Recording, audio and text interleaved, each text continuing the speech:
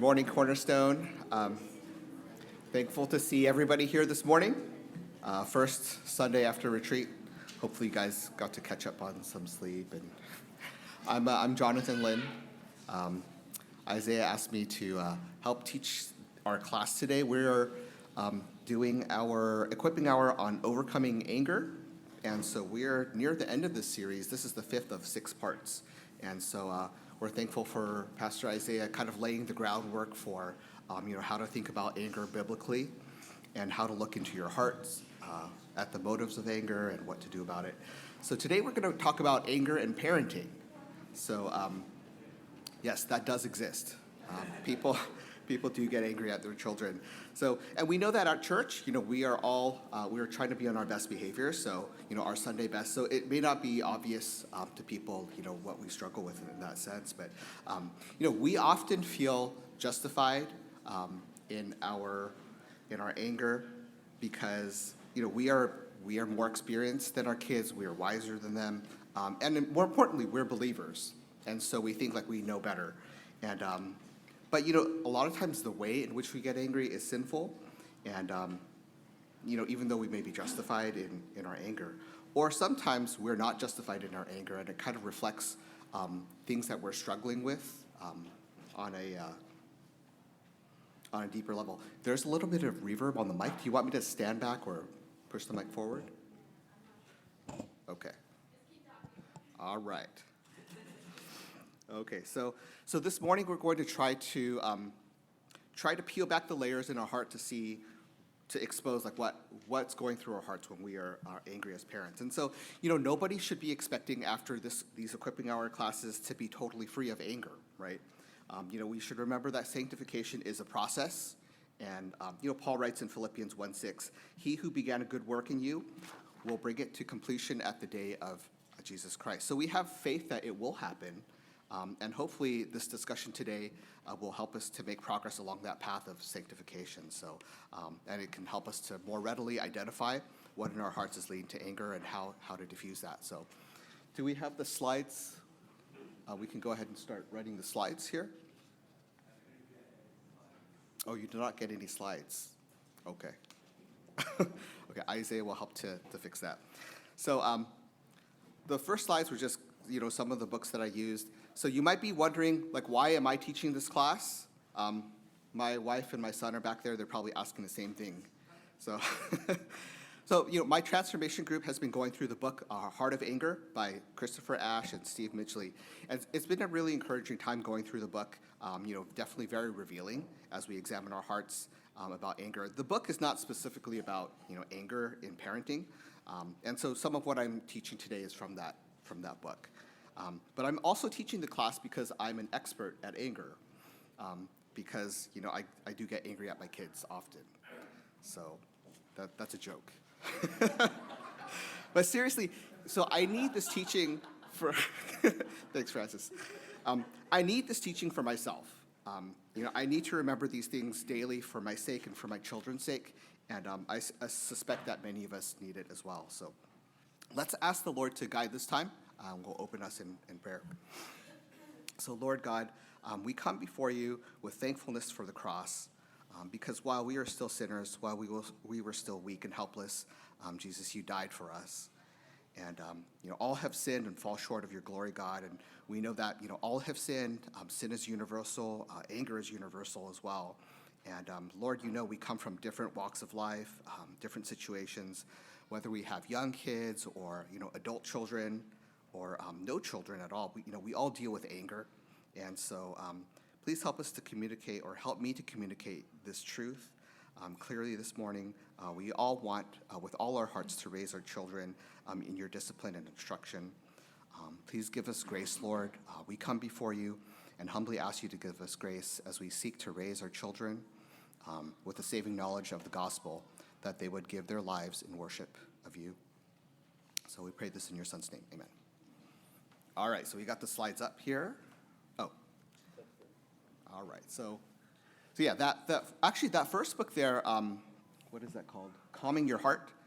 That's a 30-day devotional by Robert Jones, which is, if you struggle with anger, which is most of us, I think, I found very helpful. It's like basically one devotional a day, really helpful. So that book in the middle, Heart of Anger, that's what we've been going through in our transformation group. And then that book on the booklet on the end is one of those small counseling booklets from CCEF about anger. How do I stop losing it with my kids? So the title is pretty self-explanatory. A good introduction to anger and parenting.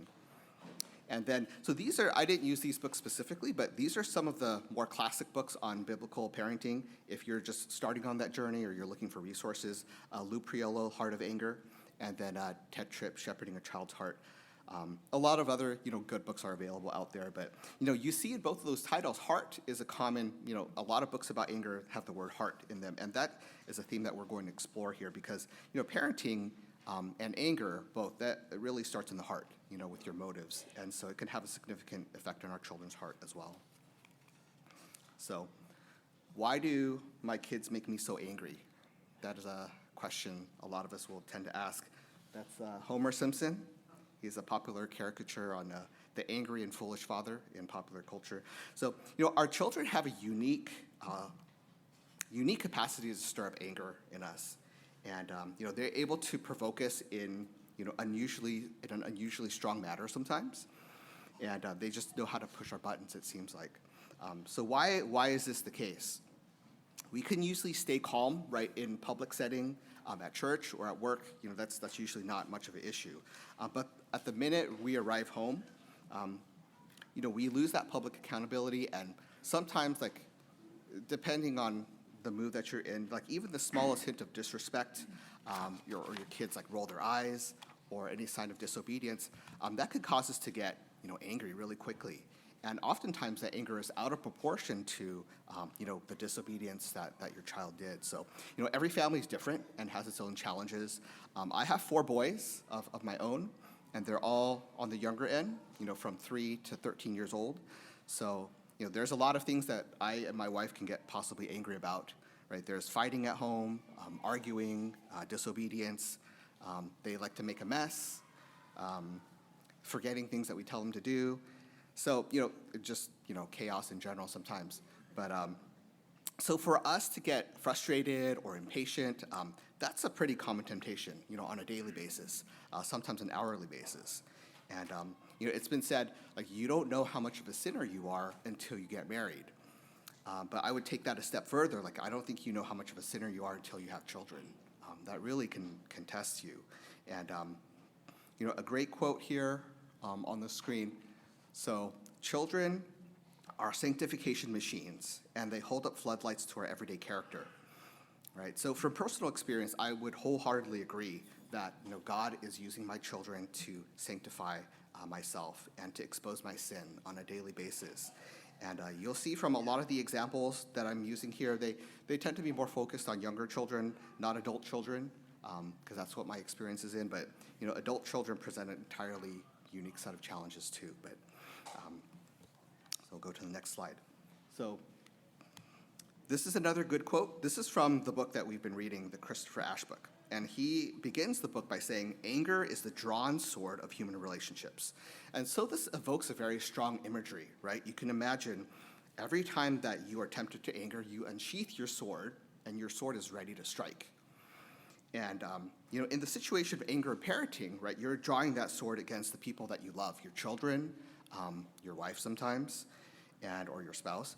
And so what follows after you draw that sword, either you strike someone with that sword of anger. This could be in unkind words, or hopefully not a violent action, but or if you're able to exhibit fruits of the Spirit like patience or self-control, kindness, you're able to put that sword back, and not to sin in your anger. And that analogy is supported by Jesus' words on the Sermon on the Mount, Matthew 5:21 to 22. Right? He said, you have heard that it was said to those of old, you shall not murder, and whoever murders will be liable to judgment. But I say to you, everyone who is angry with his brother will be liable to judgment. So Jesus is saying, you don't need to commit violence outwardly. That anger is in your heart, and that's essentially the same sin. So, Proverbs 12:18 also has similar type of imagery. There is one whose rash words are like sword thrusts, but the tongue of the wise brings healing. When you are angry, you can speak rashly, and that essentially you're using your sword to injure others. So we'll ask, why do we get angry then? Does it just feel good to let that out, or are you trying to use your anger to encourage your children to obey and to submit? I think a lot of times we know it's a shortcut that definitely does work. So we'll kind of discuss that a little bit. But to those who are thinking of having kids in that stage, this teaching highlights a more difficult part of parenting. We definitely love our children. They're a blessing. So don't let this discourage you, what you hear today. It's a joy to be sanctified and to grow in that sense. And for the young adults here, like the students, the hope that we have is that, even though, you're not close to raising kids, but you can understand why your parents deal with anger. It's not that we should excuse anger, but hopefully it'll help you to see that the reality is, your parents struggle with sin. And as parents, we want you to hopefully see the gospel lived out in our lives. We don't want you to think that, mom and dad are perfect, because that leads to hypocrisy. But, we are sinners saved by grace through faith. So, all right. Okay, so our children's hearts are not won over by force or by anger. And that should be obvious to everyone. This is Ned Flanders. He's the opposite of Homer Simpson. And so he's the loving father. He's the godly Christian neighbor, right? So let's talk about how to win over our children's hearts so that they love the Lord, right? We want to win over our children's hearts to the gospel.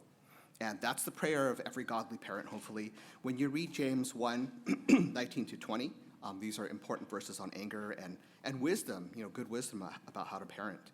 So let every person be quick to hear, slow to speak, slow to anger. For the anger of man does not produce the righteousness of God. So that last part, the anger of man does not produce righteousness. This is pretty clear, right? And another quote, this is from Ed Welch, and he says, to be angry is to destroy, and this is within the context of relationships. Anger does not build up your relationships, and in fact, it destroys them. So, we know anger will not win your child's heart, and in fact, frequent exposure to anger will actually start to provoke your children to anger. So, we know no one is won over by force, right? Children and adults alike. If you think about like an authoritarian police state, right? Everybody obeys because they don't want to go to jail, right? They don't want to, be punished. So their obedience is not out of loyalty or devotion, but it's out of they're being forced, right? By the dictator, whoever is in the leader. And people are really just biding their time until they can, until the next leader, or they can overthrow the leader, or they can escape. And similarly with children, in the context of their family, their hearts are not won over by force or anger or threat of punishment, right? That may work in the short term. And what I'm saying is pretty obvious here. With kids of a younger age, you can get by with raising your voice or things like that, and we can force changes in their behavior in the short term because we're bigger and we're stronger than them. And young children just naturally tend to respect their parents, and but until a certain age. And at an older age, it could be as a teenager or even younger than that. Once they see that this is the pattern of your rule at home, that you're basically like that authoritarian police state, they basically will get to the point where, just like people under that dictatorship, they are just biding their time until, not that they can escape, but until they grow up and out of your home. And then at that time, parents will have very little influence over their children, over their adult children, because the pattern of their parenting has been forceful and angry, and focused more on results rather than parenting the heart. And so, when your kids are being loud and obnoxious and, you raise your voice and yell at them and they be quiet, you've accomplished your goal. But, in the long run, it's just not effective because it's not parenting their heart. So, we're seeing seeds of discord over time when that happens. And so, that superficial behavior modification, that works just for a short term. But, as teenagers or young adults, if you continue along this pattern, even when you are trying to convey biblical wisdom in a calm manner, like you've lost a lot of your your stock with them, and they will tend to reject you. And even though you are still their parent, that relationship will be just a shell of what God intended that to be. But there is hope. All right, so these are 4 factors behind parental anger. And some of these may apply to you more than others. It kind of depends on the age of your kids and your family's stage of life. And you see in the corner, I put Pastor Isaiah's, the points that he made, like the 4 things that we treasure that can make us angry. And these 4 areas are, control, possessions, pleasure, and reputation. We had talked about that in the last month or so. And the 4 points that I'm talking about today are similar. There's some overlap. In the context of raising children, you'll see there are definitely some differences. So we're going to stay on this slide for a while. So the first one is fear of the future. And so we feel responsible for the future of our children, as we should, right? That responsibility is often, though, attached to irrational and ungodly fear of the future. And so, for example, you ask your child, like, why aren't you doing your homework? And you give them multiple reminders to go back and do their work, and then you eventually get impatient and angry, and then you say it's because your child's not obeying you, right? They're not honoring their parents. And that's true sometimes, but at the root of it, a lot of times we're also kind of extrapolating this trajectory into the future, right? If you don't do your homework, then you won't get a good grade, and then you're not going to be a good student, and then you won't go to college, and you won't get a job. And so our mind can kind of have their life flash before our eyes. And, you have to, so you think to yourself, you have to act now to change your child's behavior because they must do their homework so that, to prevent their lives from being ruined. And so this really ties into anxiety and a lack of faith, because even though we know that we have faith in God's sovereignty, practically in the real world, we believe that we are exclusively the ones that are responsible for our child's well-being. And not the Lord. So this next example about fear of the future, this is more personal, for my family. That many of you know that our children have a medical condition that causes them, it will cause them, in the future as young adults to have some serious health issues. And so that forces us to be really careful with their diet, and they're supposed to be on a low salt diet. And so, finding out this diagnosis was difficult for Stephanie and I. It was really difficult and dark time for us. So this is attached to a lot of really deep issues for us. And so with a lot of things, the more that you tell kids no, the more that they want it, right? And so, and so that's what happens. That's what has happened with our children. Like they see, they crave salty snacks. They basically covet it, and it's all around them. So that's difficult for them. So. A large part of our routine in our family is, meals. Like every family, mom or dad have to make meals, and it's tough because the kids often complain about the food because it tastes healthy, right? And so when they complain about that, it really gets to my wife because she spends a lot of time researching ideas and shopping for the food and preparing it, and she feels unappreciated. And, she says, like, I put all this work into dinner and you guys aren't eating the food and so on. And that leads to her getting angry. And the anger does come from disobedience, yes. But, under that initial wave of anger, there is discontentment in her heart, right? And this is me too. It's not just my wife.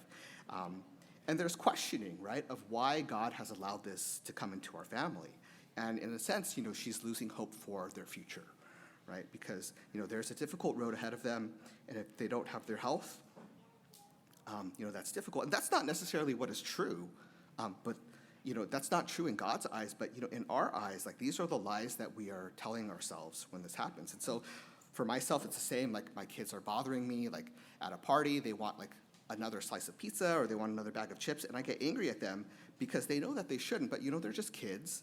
And my anger, like, the same as for Stephanie, like, is because of their disobedience, but it's also attached to my fear of the future. I feel like it's unfair, that God has allowed this to happen to our family, and none of their friends have to deal with this issue, and I think it's unfair. So I fear for their future, and this anger comes through, as I fight with my kids over like a bag of Cheetos or a bag of chips, right?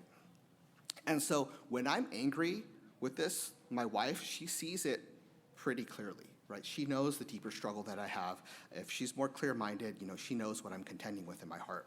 And same thing, when I see it in her at times, I can see it as well. And, we try to shepherd one another through that because we can sense that lack of faith, right? And we know what dark thoughts are in our hearts. But so our anger boils down to our fear for our children's future.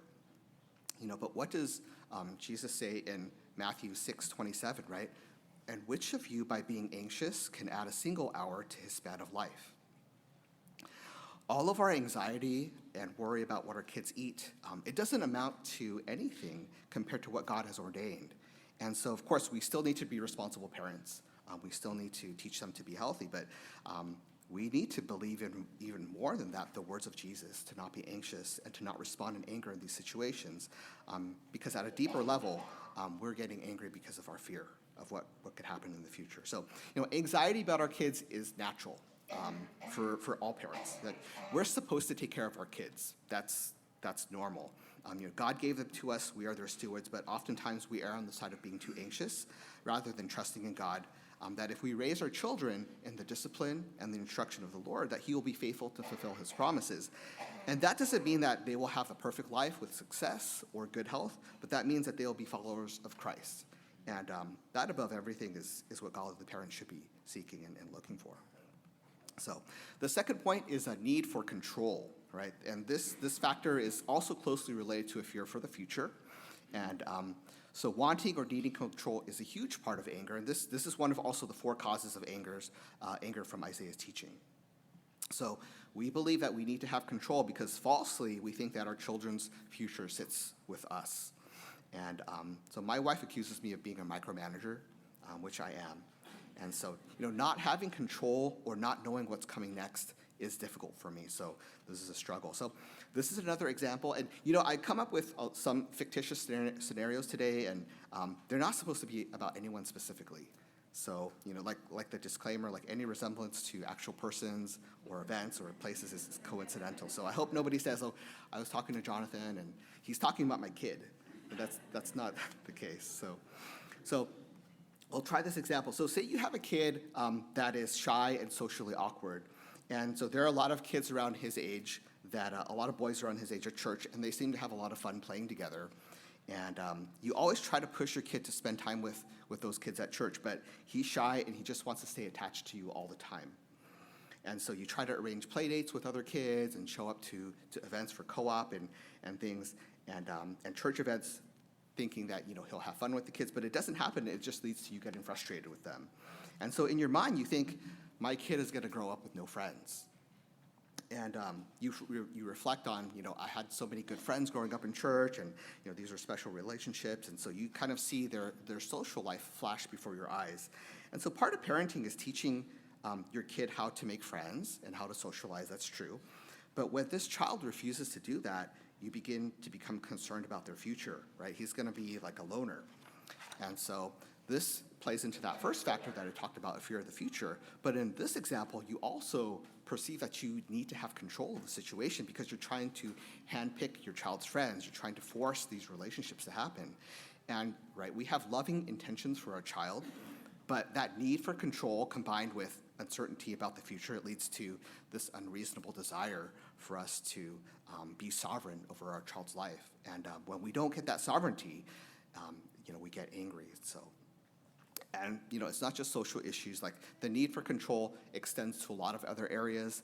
Like we want our kids to get good grades, or they have to go to the right school, or go be in the right program, or they need to be better with like practicing music or sports or things like that. And expecting to get our way, that may happen more at a younger age, with babies and toddlers, but as they grow up, that illusion of complete control, that dissolves, right? And kids become more independent. And so it really comes down to a matter of faith for us. So we ask, where are you putting your faith, right? We should avoid putting our hope and faith in ourselves to control and micromanage every part of our children's lives. So, we're still on this slide. Okay, so the third one is pride in our reputation. And this was also talked about with Isaiah's teaching. So when our kids defy us, especially in public, it produces shame.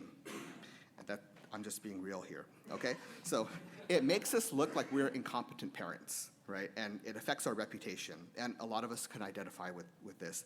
So we want to be godly we want to be godly parents for our children's sake and to honor the Lord, right?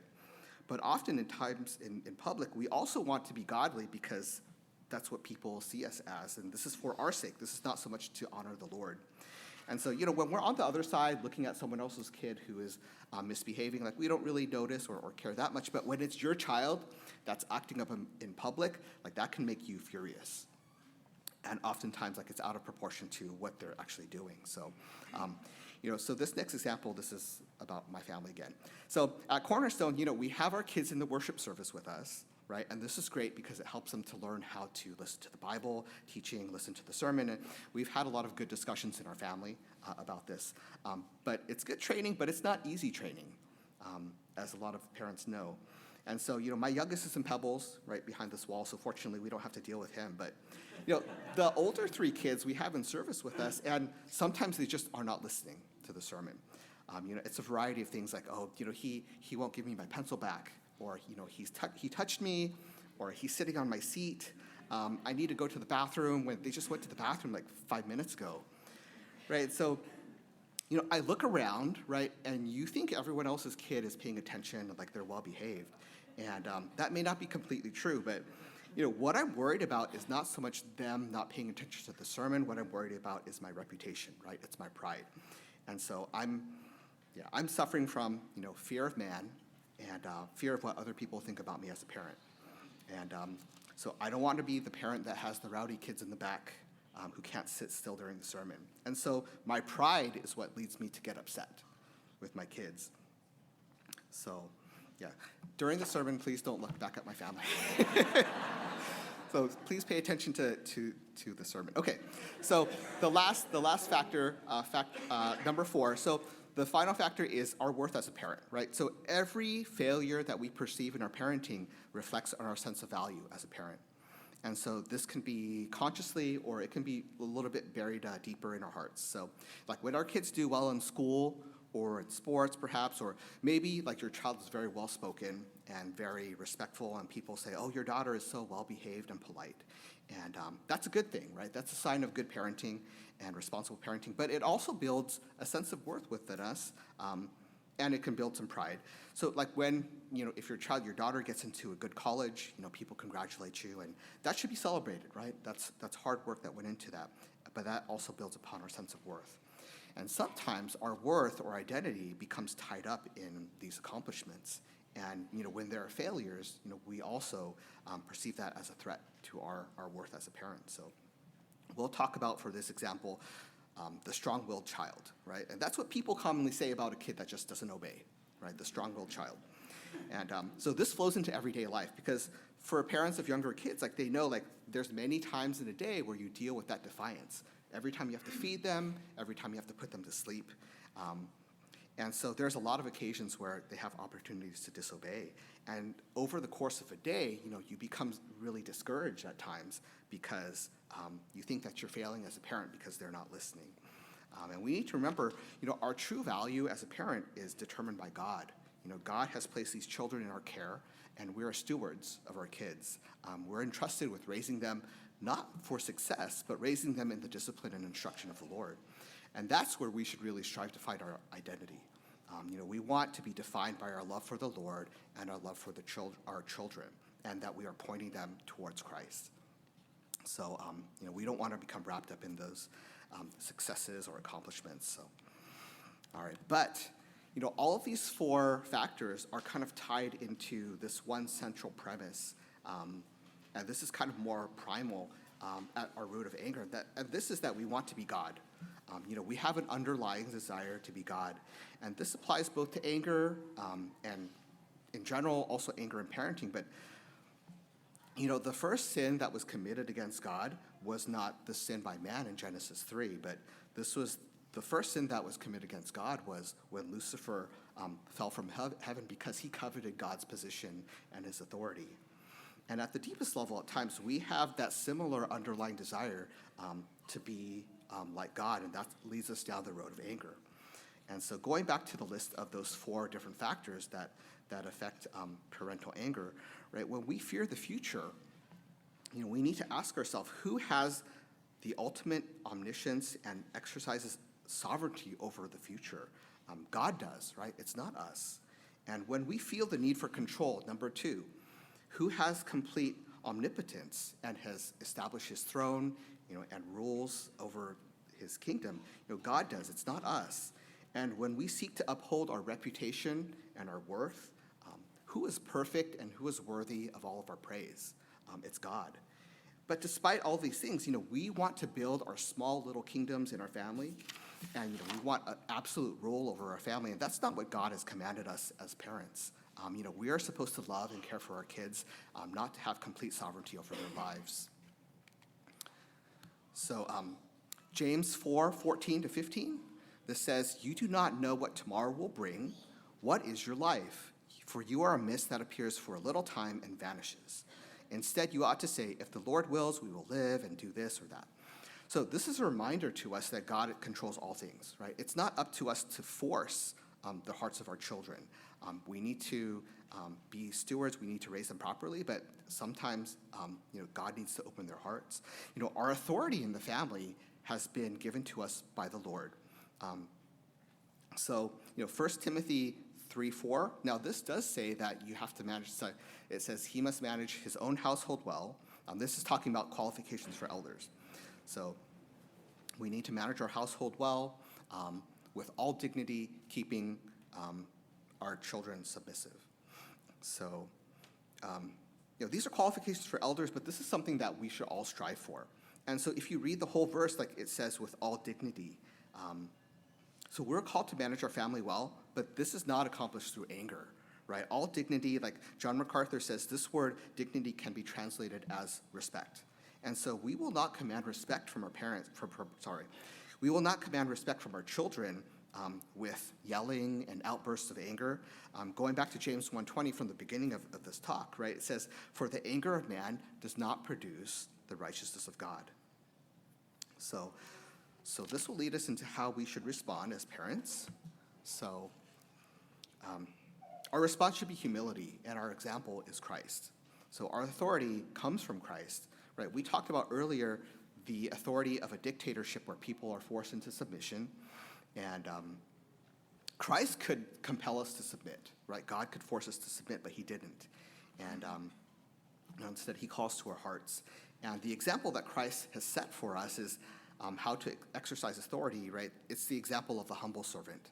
Philippians 2:3 says, "Do nothing from selfish ambition or conceit." And so this is what happens when we're trying to be like God, right? Selfish ambition or conceit. And, things don't go according to our plans, and so we get angry.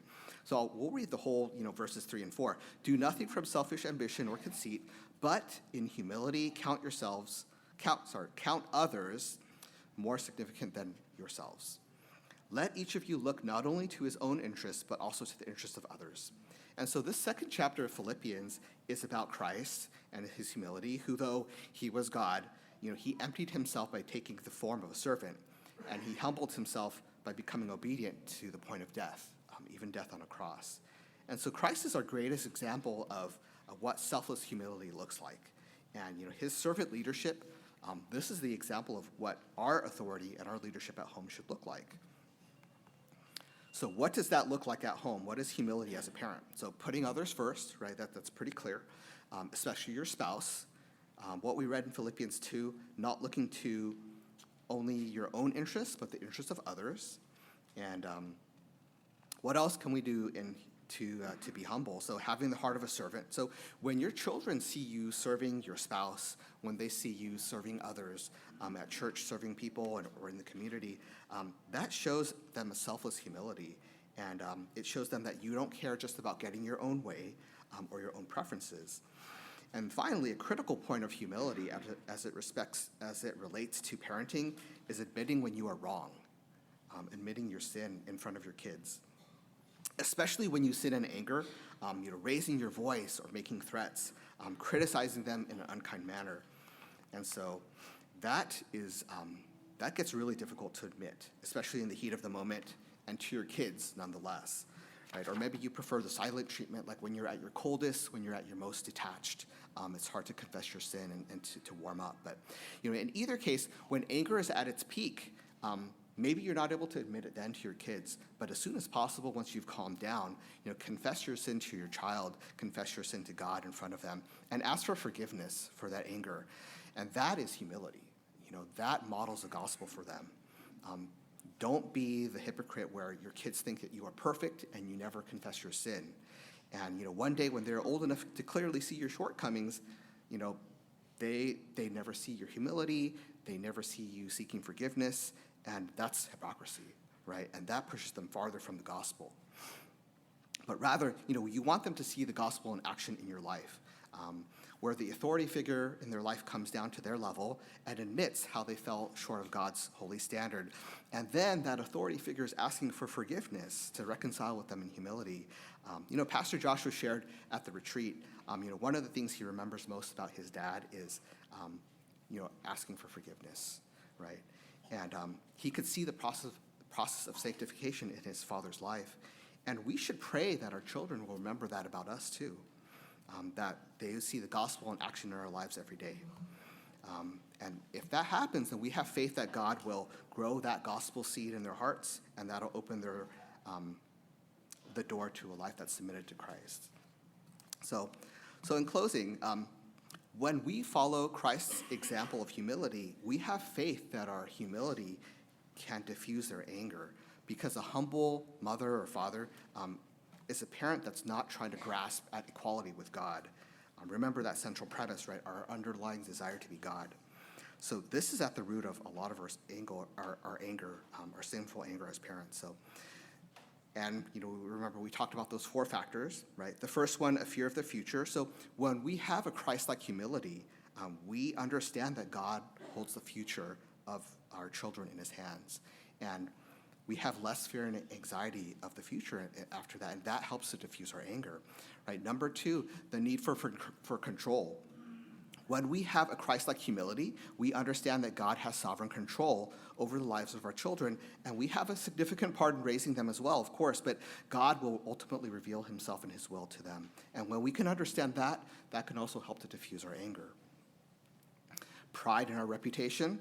When we have a Christ-like humility, we will not be so easily offended about our reputation when our children bring us shame in public, but we are more concerned about their righteousness and their salvation more than our reputation, and that helps to diffuse our anger. And finally, our worth and value as a parent. So when we have a Christ-like humility, we know that our value as a parent will not be threatened because of our identity as a parent is not in our accomplishments, but is in Christ. And so with the time left, I wanted to transition to discussion time. Everyone should have gotten the handouts. We have a few scenarios to work through, 3 scenarios. So I'll ask you all to split into groups, like maybe 8 to 12 people per group. And then, so you can go ahead and get into your groups. I'll give you instructions once you're there. So split into groups of about 8 to 12 for our discussion time. We have about 20 minutes left for that.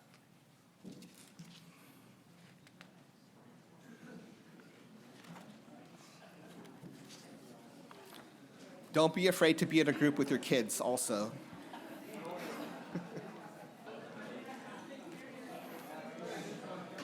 All right, so hopefully you guys are settling into your groups. So there are 3 scenarios that we're going to, each group will have them discuss 1 scenario. So for the groups on this side, you can do scenario number 1, right? For the groups in the middle here, and you can determine where your group's in the middle or whatever. Group scenario 2 for the people in the middle, and then on this side over here, we'll do scenario number 3. And so, read through the scenario. So up here and also in your handout, there are questions. Pastor Isaiah went over these questions to help you analyze your anger from the David Powelson book. And so consider using those questions. Also consider, those 4 factors of parental anger that we talked about earlier. And so go ahead and discuss. We'll take some time at the end, hopefully, to share what our groups came up with. And like I said, these are not based on any of you, okay?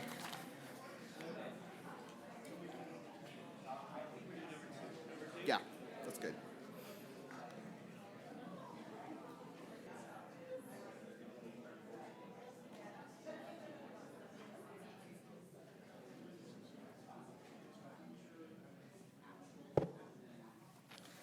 I'll give you guys a couple more minutes, and then we'll come around with the mic and see what you guys have been sharing about.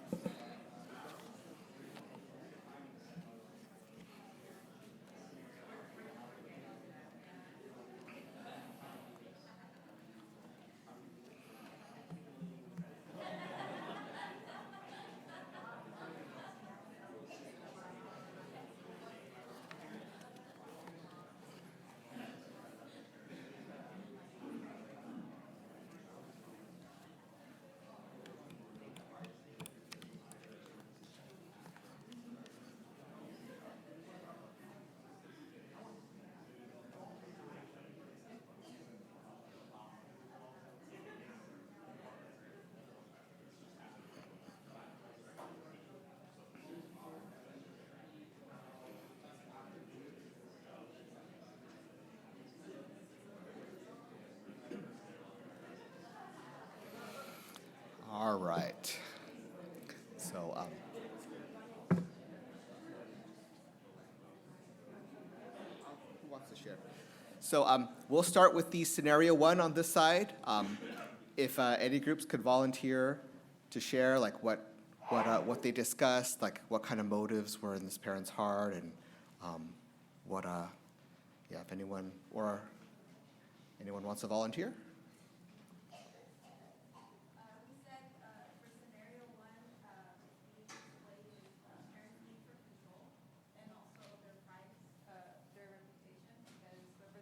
To might be judging them on their parenting style. You can't control your child keeps interrupting, and chances are the other parent probably doesn't care or is feeling the same thing, like, kids are kids.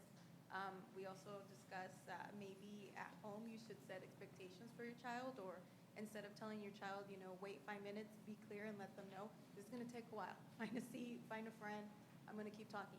So just being clear, being patient. We also discuss, how do you show gospel in the situation? Jesus' example, when children came to him and they tried to stop the children from coming, I'm sure Jesus had important business to handle, and he still allowed children to come. So, are we being Christ-like to our children? So, a lot of good examples there. Yeah, thank you. Any other scenario one groups would like to share?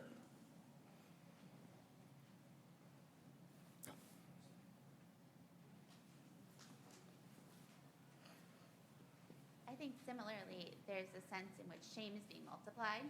So the parent feels shame by their child's interrupting and behavior. But then they instead of loving them in the midst of their sin, they respond with feelings of shame, maybe about their own parenting, and then they multiply that by shaming the child. And so, our anger tends to snowball in its implications. Yeah. And so instead of kind of stopping and recognizing what's the biggest priority in this moment, they kind of continue down the path of their own priorities. Yeah. Because you're talking about the church, you're talking about ministry, these are important things. This is the kingdom of heaven, right? My child should not be bothering me when we're talking about the kingdom of heaven.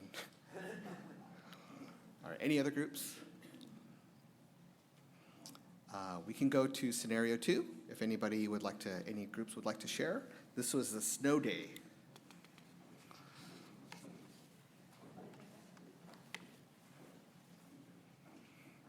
Otherwise, we can just select a group. All right, thanks, Francis. Yeah, so ours was the snow day, and it was just really quickly. It was about a family that had a fun time in the snow, but they have a long road trip back home, and then the next day they have a lot of events happening. And what happens on the road trip back home? There's a lot of vigorous talking and bickering and things like that. That often happens on road trips. So we had talked about the different factors that were shown to be exposed in the family there, having to think about the fear of the future. So just even the next day being afraid of having anxiety and worry about how the kids might be being tired and grumpy in the next ministry day, since it's a full ministry day. And then we talked about how there was a desire for control and just not recognizing these are kids that are tired and they're grumpy, and just wanting to ensure that they're ready and prepared to do something very supernatural, be ready to minister in the church the next day despite being tired and grumpy, and then how that could reflect on the person or the parents, and how they might appear if their children are not feeling well and up to the task the next day, and all the benefits and rewards that come to the parent, how they could be losing out on those things. So just covering all the different factors in the parent's heart. Thank you. Any other volunteers for scenario 2? How about my group back there?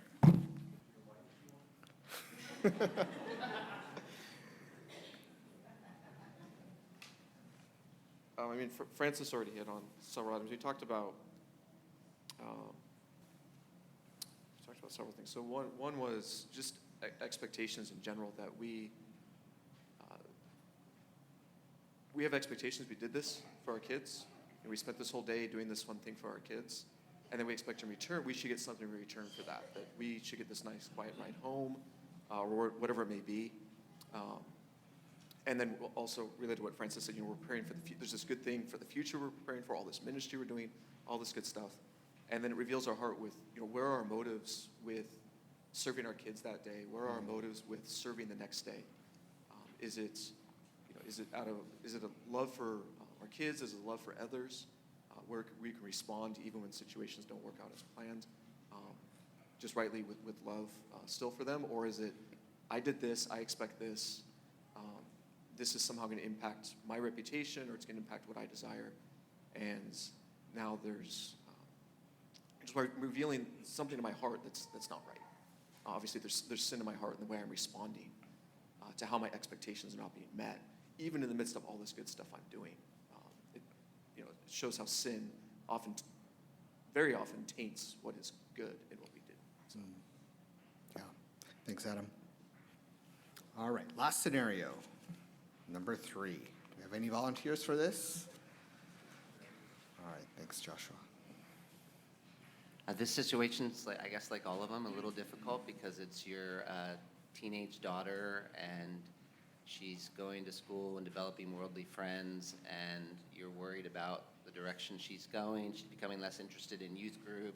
You ask her to go to youth group one evening. She instead wants to go with her school friends to a sporting event. You talk to her. She doesn't. She keeps protesting, and you explode in anger. Because you just want her to go to the youth group. And so, obviously, this is like a really sad situation and scary, I think, is part of what's going on. You're afraid what this path, where it often leads, and you're probably hoping that if you can just get your daughter in the right place, hearing the right things, that somehow that will change the direction of her life. And so, like all these things, there's probably good and bad in it, but maybe part of what's happening is you're using the wrong tool for the right end. And so your daughter, you want her to have a love for God's word, and you want her to love God's people. And so obviously that's something that takes, she's revealing, her lack of desire for that is revealing something about her. And so that is a moment for you. But the right tool to deal with that is not going to be sinful anger, but certainly it's going to be heartbreak and prayer, and maybe upping your relationship with your daughter, getting in the game more in terms of spending more and more time with her, and recognizing that, hey, okay, this moment is telling me something about my daughter that I actually don't ultimately have control over. I am a parent, so maybe I do need to do some work on I do have some responsibility while she lives in my house, to help her get to the right place and all of that, but I need to recognize that I don't have control over certain things, but there are things I can do in the meantime, which is pray, love her, spend time with her, gospel, all of that stuff. But it's definitely a tough one. Thanks, Joshua. Any other volunteers? Thanks. We talked about, we just tried to put ourselves in the shoes of both the parent and the girl because we're around the girl's age and we need to see how sometimes, well, we're getting to the age where we can make more and more of our own decisions, and we need to make wise decisions because not just to keep our parents like where they won't get angry at us, but where we can have like a wise life, and yeah, just so we can, yeah. Great. Thanks so much for sharing. All right. That third scenario was by far the toughest, the weightiest of them all. So that was a tough one. All right. Well, thanks for discussing. Let me close our time in prayer. All right. So we thank you, Christ, Lord. We thank you for your example of sacrificial love and humility, Lord. As parents, please give us grace as we seek to pattern our lives similarly in a humble manner. As we raise our children and build our families, we trust that you will sanctify us as we seek to mortify our sin, Lord, and specifically anger in our lives, Lord, so that as parents, we may raise our children to glorify you and our families to serve you. So we pray this in your Son's name. Amen.